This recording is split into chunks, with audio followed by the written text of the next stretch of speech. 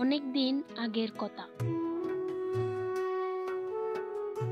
এক গহীন জঙ্গলে সব প্রাণীরা সুখে শান্তিতে বাস করত। জঙ্গলের রাজা ছিল সিংহ। সেই জঙ্গলে বাস করত হরিণ, বাঘ, বানর, শিয়াল, ভাল্লুক, পিঁপড়া সহ আরো অনেক পশু পাখি।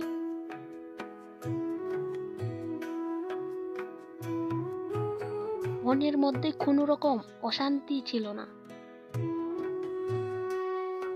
সব প্রাণী একে অপরের বন্ধু ছিল। কিন্তু হঠাৎ একদিন জঙ্গলের মধ্যে প্রবেশ করলো এক মস্ত বড় হাতি। শুরু হলো তুলপাড়।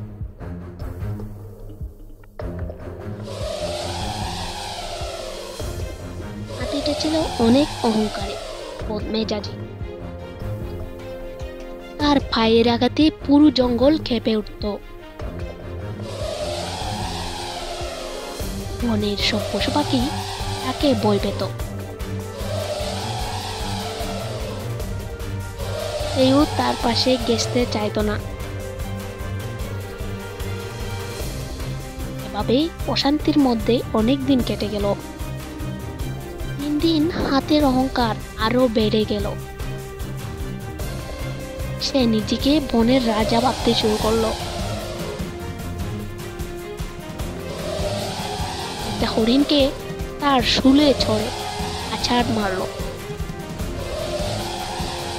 ফলে হরিণটা মারা গেল। বনের সব পশু পাখিদের মধ্যে হঠাৎ শুরু হলো তুমুল আতঙ্ক। সবাই বনের রাজা সিংহের কাছে গিয়ে নালিশ করলো।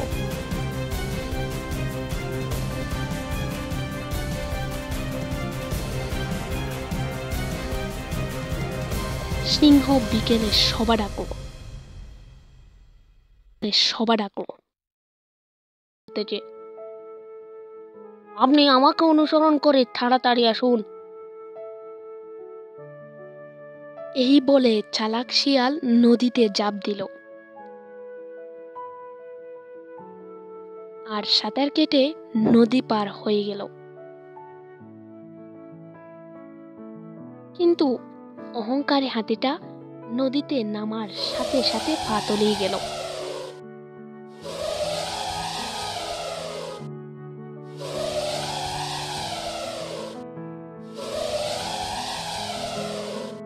সে সাঁতার কেটে নদী পার হতে পারল না।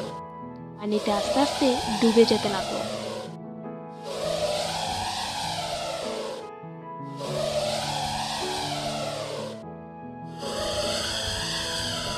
ততক্ষণে শিয়াল সহ সব পশু পাখি নদীর তীরে এসে দাঁড়ালো।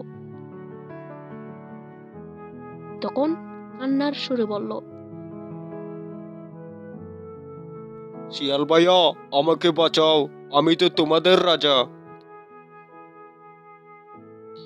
তখন শিয়াল বলল, তুই আমাদের রাজা? তোর মতো শয়তান অহংকারী হাতিকে আমরা কখনো রাজা হিসেবে ভাবতেই পারি না। তখন সকল পশু পাখি এক সুরে বলল, ঠিক